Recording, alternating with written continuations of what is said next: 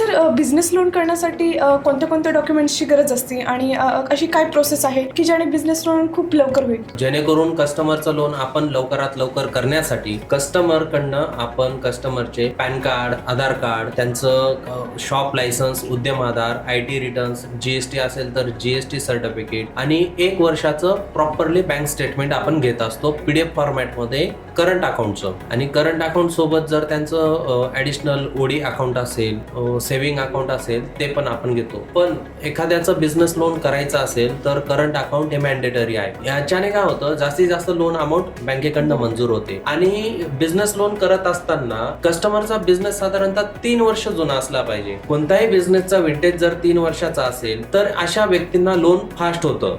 3 वर्षापेक्षा कमी विंटेज असलेले जे शॉप आहेत तर यांचं लोन होण्याचे चान्सेस थोडे थोडे कमी होऊन जातात, म्हणजे 50% कमी होतात. आणि 3 वर्षापेक्षा जास्त असेल तर यांचं लोन हमखास आपण करू शकतो. एखाद्या व्यक्तीला बिझनेस लोन मध्ये ITR सरोगेट मध्ये किंवा बँकिंग सरोगेट मध्ये लोन होत नसेल तर यांना आपण GST प्रोग्राम मध्ये लोन बसवतो. म्हणजे समजा की ट्रेडिंग असेल किंवा सर्व्हिसेस असेल, मॅन्युफॅक्चरिंग असेल तर यांचे काही क्रायटेरिया आहे, त्याच्यानुसार आपण यांना फंडिंग करतो. तर साधारणतः बिझनेस लोन करण्यासाठी आपल्याला मिनिमम डॉक्युमेंट्स लागतात आणि सांगितल्याप्रमाणे क्रायटेरिया जर कस्टमरचा फुलफिलमेंट होत असेल तर आपण लोन देतो. नाहीतर हे क्रायटेरिया 90% जरी कंप्लीट होत नसेल तर लोन देत नाही.